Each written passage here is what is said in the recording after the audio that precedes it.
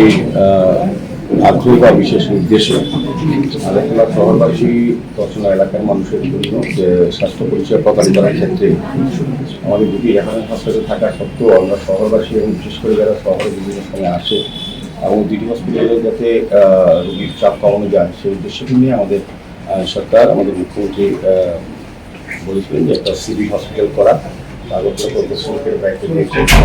কাজ শুরু হয়েছে অনেকদিন হয়েছে।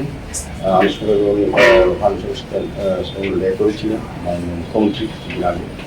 তো সেই মোতাবেক আমরা ডিসেম্বর নাগাদ আমরা খুব সম্ভবত এটা শুরু করতে যাচ্ছি। এদিকে কাজটা কতটা অগ্রগতি হয়েছে প্ল্যান অনুযায়ী সেটা দেখার জন্য আমাদের কমিশনার ডিগ্রি সহ আমাদের আধিকারিকরা আমাদের স্বাস্থ্য দপ্তরের আধিকারিকরা সহ আমরা আজকে পরিদর্শন এসেছি।